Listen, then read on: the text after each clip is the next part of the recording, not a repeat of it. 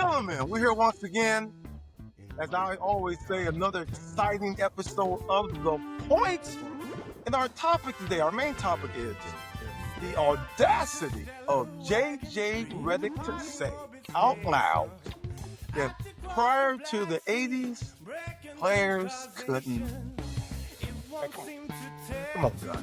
Who started? Which way?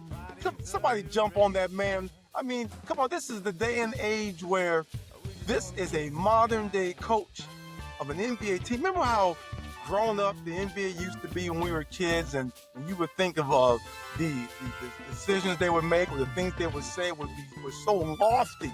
But to hear a coach, a young man, stand with the presence of mind to pull that out of his hat. Come on. Craig, go ahead, Craig.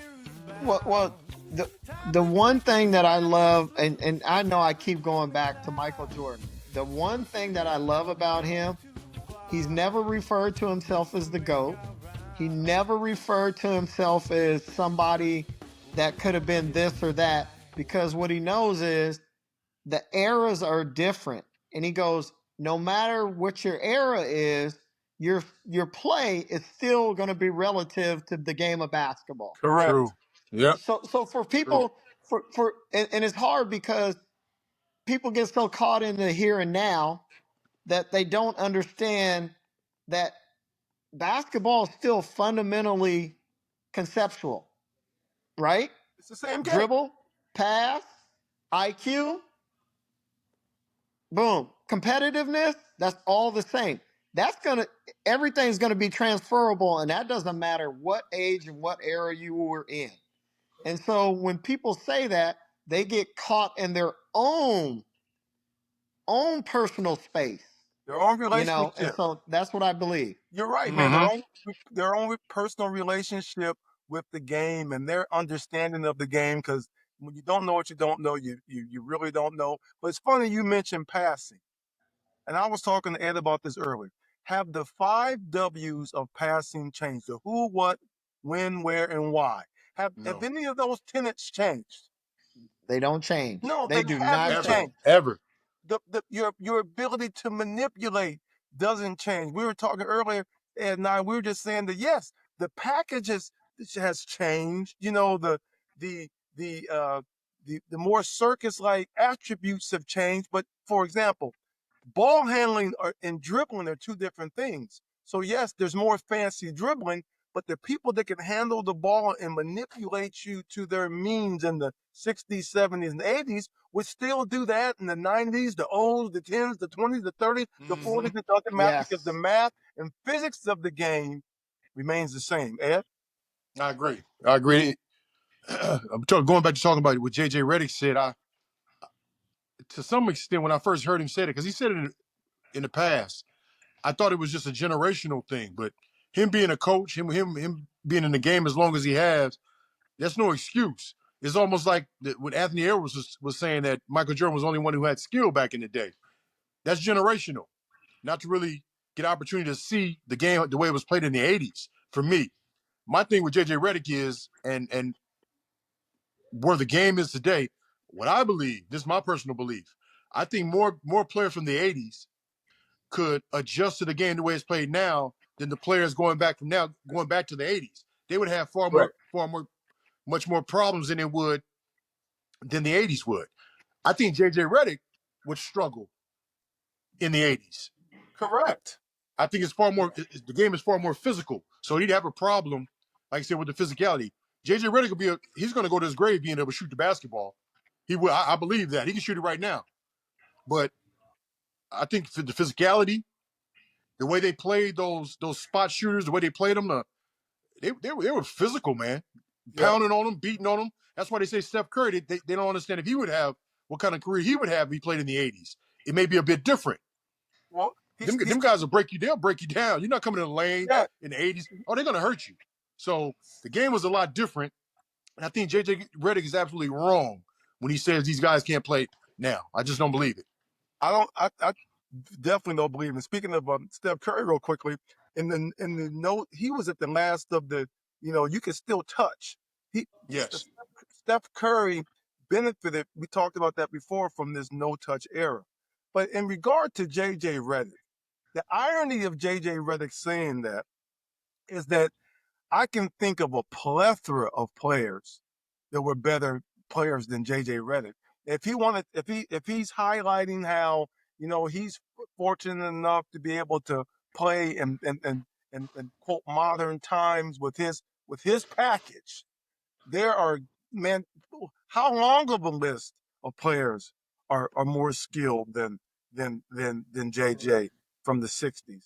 How long of a list of players from the 70s, 80s? I mean, Craig, off the top of your head, name three players that played the role of JJ Redick who you would choose over JJ Redick from the 60s, 70s, or 80s. Well, in '80s, late '80s, I'll give you one. I thought Rex Chapman was better than JJ Redick, and I played against Rex Chapman. More All right, athletic, sure. more athletic. I Yeah. mean, you look at, uh, the Price brothers.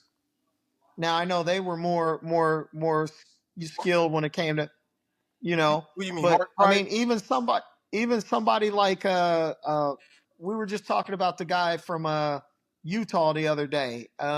Jeff Hornacek? Play No, Hornacek. Hornacek. Hornacek. So Hornacek. you're being kind to him. You're mentioning all white dude, and then that's funny. You know, Dale Curry. yeah, Dale Curry. Steph's dad. man, I can think. But go back if you even went a little bit further. You start to get back, and you can go back into the '70s. We were talking about Right. George Gervin type dudes. George. Oh, the Iceman. No, No, no. no How dare doubt. you? The How dare you mention his Iceman. name with JJ, man? Cut it I know, but no. that's the craze of JJ actually saying out of his mouth. In all seriousness, I mean, if that's your level of understanding, that Well, really reflects where we said the game is now, and how the Europeans player come over and have such dominance because they seriously learned the game from that golden magic bird era of play. right. I Well, believe. I mean, it, think about David Thompson. Think about Alex English. Think about those type of guys right there. I mean, those are JJ Redick 6'4". I've hung out with JJ, so I know JJ 6'4". David Thompson was 6'4". You're not nowhere close to the class of David Thompson. No. I thought JJ was always a specialist. Yeah. He's a And that's a what he is. spot up shooter. You know, he wasn't a great defender, was he? I don't remember him No, being a no, lockdown no, defender. not at He can all. shoot the Not. rock. He's a catch and shoot. He's a And, He catch can and shoot the shoot rock. guy.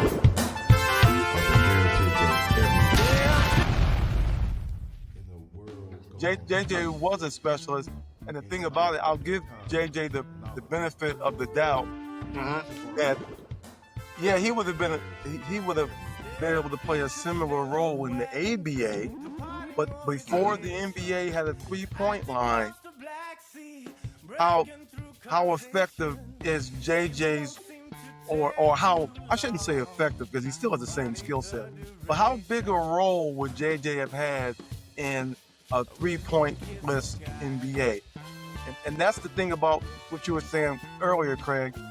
You really have to be aware of the era by which your player plays because there's environmental factors, there's rule changes, there's all kinds of different things that make it different for you. Because hand checking, if that puts a premium on somebody big and strong and athletic that can move their feet. That makes them hell on you. That makes Alvin Robinson hard to deal with. You know what? Crazy thing is, I played against him out on the concrete in Texas in the projects. Did you So really? I knew who that dude was.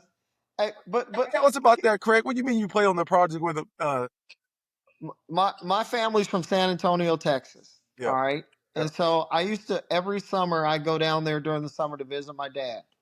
And so the one thing I'd love to do is like, man, let's go down to the park and play a little bit. yeah. Well, one day I'm down at the park, and man, next thing I know, I see a Mercedes pulling up. Out jumps Alvin Robinson and his boys, and I'm like, oh, okay, Okay, and I was Let's one of the go. guys, and everybody knew who he was, but I was one of the guys that was like, oh, okay, this is fun right here. This is a special time. And then here I am. I'm only like, actually, it was during the time I was in college, so I was probably a junior in a sophomore in college, and so I just got out there, man. And I was just playing. I was just like, okay, this is Alvin Robertson right here, big time player in the NBA, all this and that. I enjoyed just, those are things that I don't, and I know I'm getting off. Those are things that I don't think the players of today appreciate, how to just go out and be out there just playing the game without having a trainer, without having somebody telling you to do this. You just go out and play for the love of the game. And you Yes. hope that you bump into something like that, because you know that, man, this is what I want to be at the end of the day. But now I'm here on the same court with that player, and nobody's telling me what to do. I'm just trying to figure things out as we play. Mm-hmm. Right. Right. So, That's good. hey, That's good hey, for the development. yeah. Hey, the one thing I was going to say, this is what I was going to say, and I know we talk about the the topic we're talking about.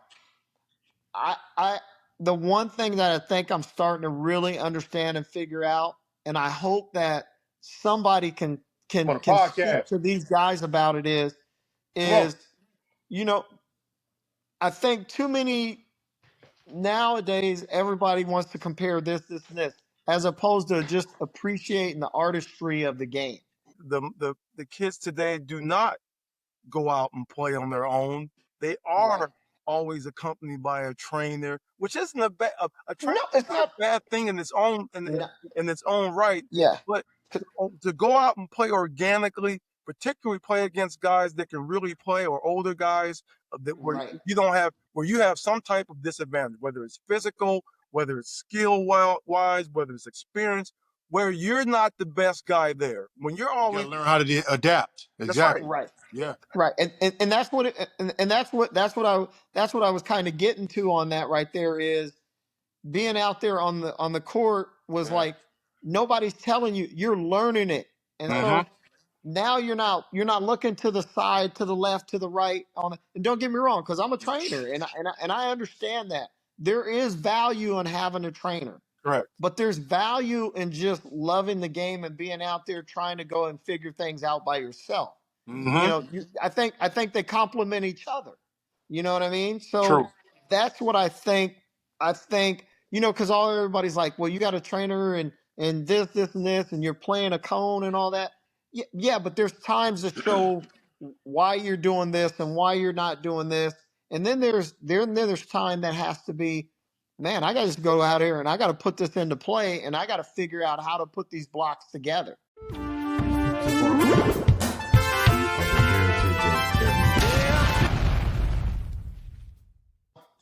But I think where we were going back to, and I was talking about this with JJ Redick, and where we started off at is, I don't believe the players of today, and that's the one thing I say about Michael Jordan that I love, is you never ever hear him talking about this, and this about other players. He might say, now I think that I was better than that, but he doesn't say that I am better than this. What he is he respects the artistry of every generation.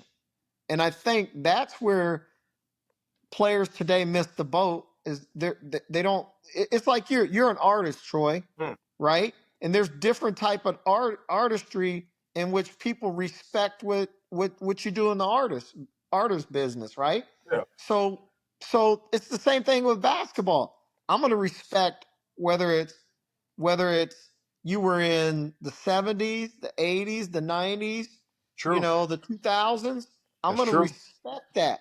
I'm going to respect it, because you still have the same grind that you need to have to be in that environment, Right. Mm-hmm. It's relative. And so, It's relative yeah, speaking, because I'm not going to.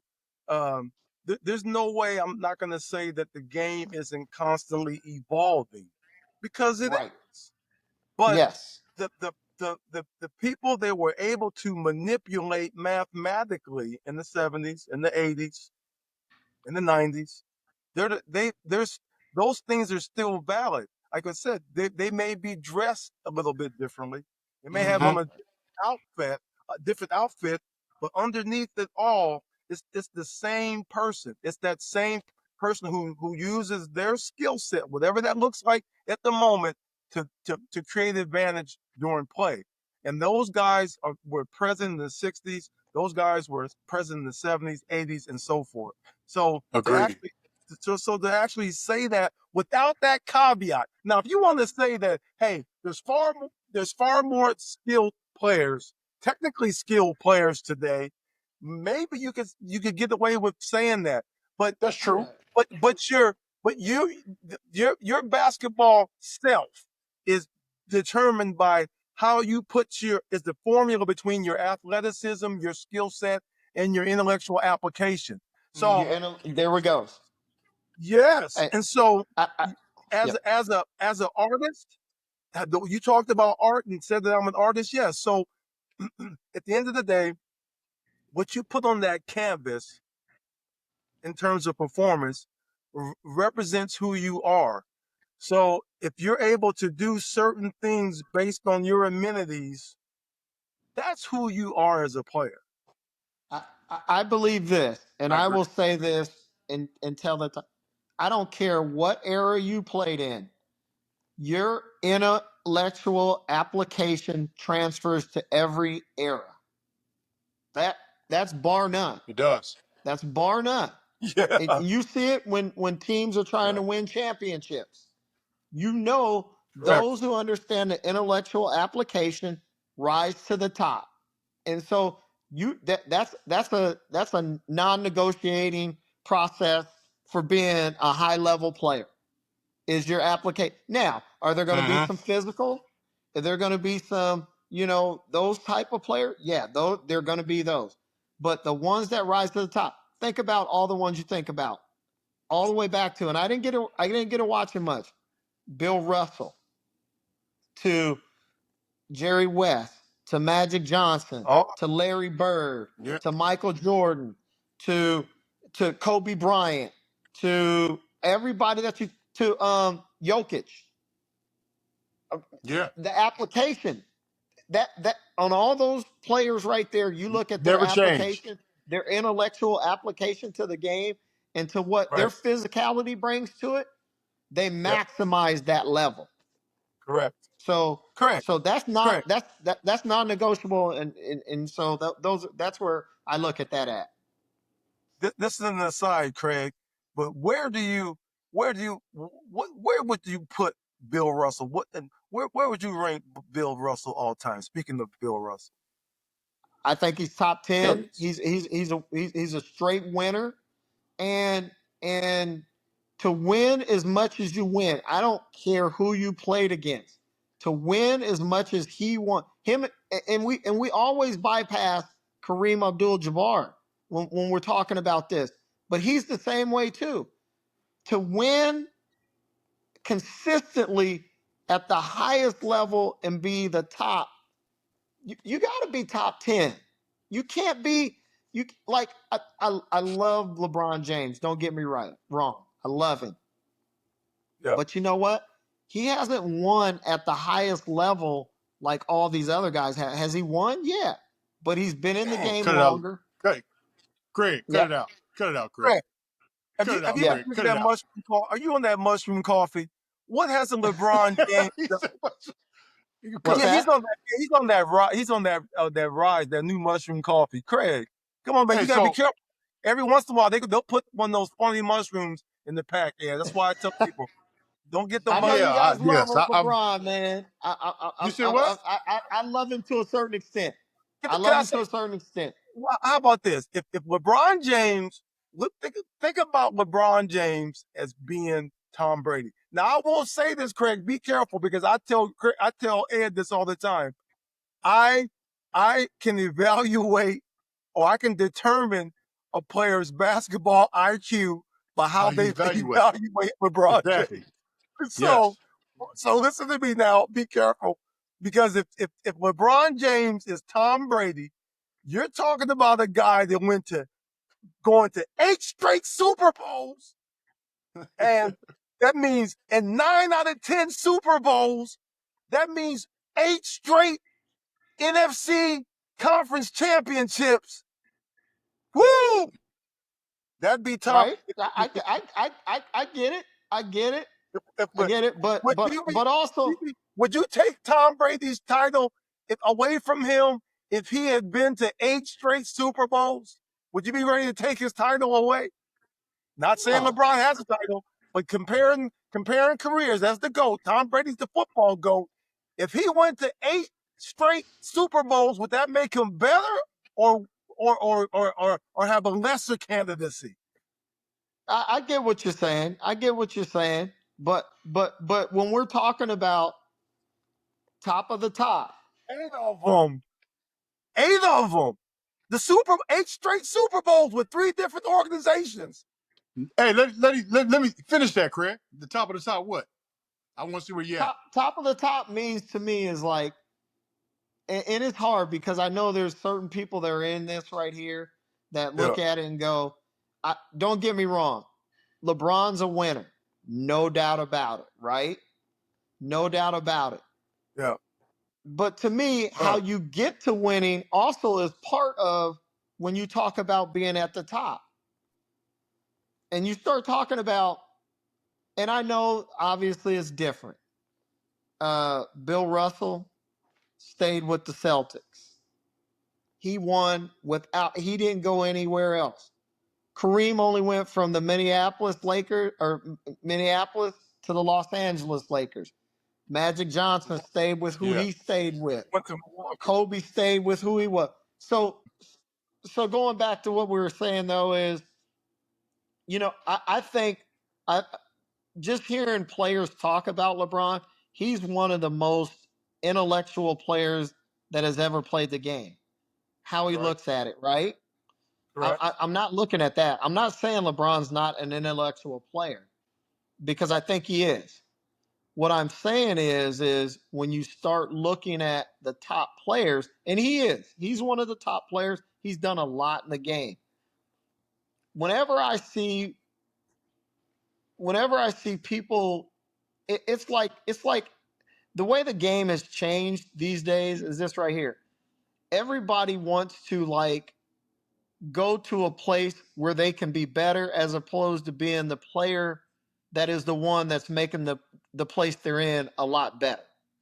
So you see it all the time, and I think But are you're not alluding to the fact because what I'm hearing real quick? I hate to cut in, but LeBron James to me, his greatest asset is that he's a remarkable teammate. So everywhere he goes, he's conducive to winning. Are you saying something different than that? I'm saying everywhere he has to go, it has to be set so that he can make it better. What? Now that Nah, I don't. well, this is what Nah. I'm saying. All right, this is the. Let me ask you this. Let me ask you this. When you're a player, when you are a player, and I'm not saying he's a remarkable teammate, right? But when you're a player, don't you think that like, and it gets back to this right here. Sounds like you're talking about Kevin Durant. I mean, no disrespect to Kevin Durant. There we go. Kevin They're Durant they're they're they're for that they're, type they're of two in player the same. that goes, Yes, but they're not. yes. There's no. They're not. I don't believe they're the There's same. no They're way different. they're the same. They're different. Kevin I Durant think they're went the same in that. What? All right, let me ask you this. This is They're the what I'm same. gonna ask you guys. Why would somebody have to go to so many different? If you're the top player, why do you have to go somewhere else in order for that to be the place where you can win at the highest level? I think his first move from Cleveland was because management wasn't putting people in place for him to win. I thought they were. I I didn't think they were got good. that one. I I, get that one. I get that one. okay, so he I moves to get that Miami, one. which was where he won, right? That's fine. Right. He goes back to Cleveland. Back to Cleveland. He ends up winning for Cleveland. I don't never remember Cleveland winning. He won it for Cleveland. Now he goes to LA. I think now he's chasing a championship now. The days of Kobe Bryant, the days It's of different. It's different, man. Magic Johnson, those are gone. Those will never be the same. Yeah, it's not the league is not the same, man. These guys are chasing championships now. they're empowered now where they can go where they want to go. The dude does 2 and 3 year contracts with a player option at the end of that, I so get. he can go when he wants to go instead of a team having full control of me. They can keep me as long as they want. They can do whatever they want. No, he has Right, enough right. power to where I'm able to dictate where I'm going to go when I want to go. So that to me, that's a plus for him being able to do that. So Right so let now, me as ask far you as this. Yeah, go ahead, let me ask you this. So then, do you think? Do you believe back in their greatest days? Do you think a Bill Russell would have taken off and went somewhere it was for the different, for man. Like Magic That's Magic different. and Bird and him that era. No, that was a family. They're not going nowhere. We right? here to beat down the Celtics. They weren't worrying about nobody else. They wanted the Celtics. I know Right. I was a Laker fan. They wanted the Celtics then. So, See, so so then we've lost something in what the game we've lost a presents. lot. Free Not Yeah. just agency, that. We lost it free in a agency number of changed that. different areas. Free It's agency changed that a long time ago. a long time ago. So I think it'd have been a bad business move to him to sit in Cleveland for his whole career. It'd been a terrible business move on his part. And the way that his team is structured, they ain't making too many bad business moves. They're not. Right. You see, so I look at it as a plus for him and the league because they got other cats moving. That Kevin Durant is a different situation. Well, you take He's LeBron. a bit of a different situation. Kevin Durant is a baller. He's not a leader on the team to me, and Right. that's not a Right. knock. No, no. I'm I not would knocking agree him. with that. Yeah, I'm I not would knocking totally him. agree with that. Just some people have that in them, and some people don't. Kevin Durant is a flat out baller. You know, he needs to go somewhere where hell, he needs somebody like LeBron. You need LeBron to be able to keep the team together, whatever, and all he needs to do is just ball. See, so it's a Well, little different, man, it is. to me. LeBron. That's a good point because I think that that's my point. You know, this is the on the point. That's my point is that LeBron weaves such cohesiveness that Yes. you look at him as a component. You say that he was traveling around, chasing championships or whatnot. I can think of so many teams that had you plug LeBron into, they're going to win the title Oh, absolutely. Yeah. because Even of now. what. Yes, because of what he brings. You can't say that for all players. That's not applicable to Kevin Durant. Like you said, he doesn't have that type of uh, um, added comfort as a teammate because he definitely brings and Hmm. carries weight. He's one of the greatest scorers of all time. Yes. So, but what LeBron does as a maestro, as someone who can can take and change the fortunes of a franchise, he has that ability that great players have. So I'm still listening for you to tell me why he's not amongst the great greats in your book. No, I think he's no. I do. No, I'm not saying it. I don't think he is. I'm just saying I think there are some guys who I look at with more greatness because of what they set themselves out to be. So Name three of them. Name three players greater than LeBron James. Kareem Abdul-Jabbar, Okay. I'll give you that. Yeah. Magic Johnson, No. No. and we know Mike, No. obviously. We don't know Mike. I don't know Mike, obviously. Oh, See, oh, Craig, this my I don't mean to cut y'all off. This is my opinion. I think LeBron is the modern day Magic Johnson to me. In mindset and the way he plays, the way he thinks the game, I think he's more of he can go anywhere and contribute to any team in the NBA right now. I think right now, even Oklahoma, who has Shea, But but LeBron will come but in and then, find a then add way. on, but then add his other outfit. He has more than just the Magic outfit. He also got a Michael outfit that he can put on. True, true. Like Craig, like I said, Craig, when he was 22, which tell 23, what? Yeah, 22, 23 years old, and he ran through Detroit in the playoffs.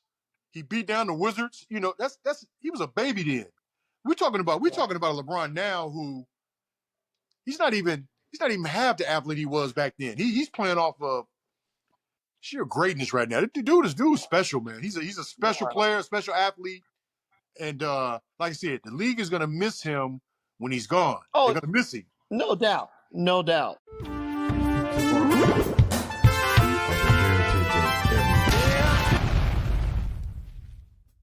All right, real quick. Name real quick. In any position, name 5 players from the all better than. Name your real quick. Finish this up. Your all better than JJ team. Who's your top 5 better than JJ Reddick? Yeah, 1970s better than JJ Redick team. Better than JJ Reddick. That guard. What guard from the 1970s right away you say is colder than JJ Redick? Want me to go first? I'm gonna say. Yeah, go ahead. Hondo Havlicek is much colder than JJ Redick. Yeah. Yes. Jerry West is much better. Rick Barry Yes. is much better than JJ Redick. Andrew Toney. Andrew Toney. Much better than JJ Redick. Shit, I mean, it's much better than David Thompson. Much better. Chris Mullin. Yeah. Chris Mullin is better Chris than Mullin JJ without a Redick. doubt. Yeah. Mitch the It seems like to me, the 90s, yes, for sure. it seems like we beating down on JJ Reddick. I don't think it's a beat down. It's more of a, like I said, it's a generational thing, man. I don't understand. I don't get why he's caught in the moment. He's caught in the moment. Yes. Like Anthony Edwards, he's caught in the moment. Yeah, they said these things. We're on them because they said these things. I love JJ Redick too. I love his fire. I love how competitive he is. Yeah. I want the Lakers. I wish success for the Lakers, believe it or not, because my Sonics are here. The reason why I root for the Lakers, I can't stand rooting for the Lakers, and the reason I root for the Lakers because I'm a LeBron James fan, and so I'm really ready to have the Sonics back. Anytime I'm on the same page of Ed's team, I need my Sonics. Hey, I'll tell you this. I was at the arena last night, man. That's a beautiful arena, brother. Man, it's a beautiful. We need a men's team in there, man. It's a beautiful arena. Storm versus the Lynx. I'm ashamed to say I don't even know who won last night. I'll tell you what, man. The Minnesota won, and it was a great game. It was. I watched it. It was good. Did you watch it? I did. It was a good game. Man, I was sitting. Yeah. Go ahead. No, I was sitting right. I have nothing to say. Yeah, I was sitting right behind the Lynx bench, man, and to watch how that game went down, that was a fun game to watch, man. It was fun. It was fun. So, I got a question for you, Greg. Are you? Yes. You're sitting behind that bench watching the ladies play. Are you dreaming? Are you projecting? Are you seeing Kenzie out there? Brother, I'm glad you said that. Because I'm sitting there and I'm going, if she's pushing the ball up the floor the way she plays, I go, not that far away. It's not that far away. It is not. And I was doing it last night. There were possessions I was looking at it. How would I know she's young, but could that transfers to this level? Yes. Yes. I used to take my players to the college games, and I used to tell them, hey fellas, it's not that far away for you. Trust me. That's right. That's right. And it wasn't. No, at the end of the day, if you want to ask me the question, I will tell you the answer. In a few years, I could see her right there, brother. That's right. That's right. We should say that when we were watching Roman play. Hey, yeah. It's not that far off, bro. Yeah, it's not. Yep. It's not. Cal Bears will be there in a minute, and that's what happens. It comes fast, it goes fast, and so do these telecasts. And once again, we're at the end, and we invite you. This is your first time watching us. We invite you to like, subscribe, share with your friends. Let them know what's happening over here and in the land of the point, fellas. What you got to say? Man, always great conversations, man. Love talking with you, man. Love the topics we're talking about because they're so relative, and appreciate the opportunity to speak about it. Yep. Like, subscribe. See you next week. All right. Peace. All right.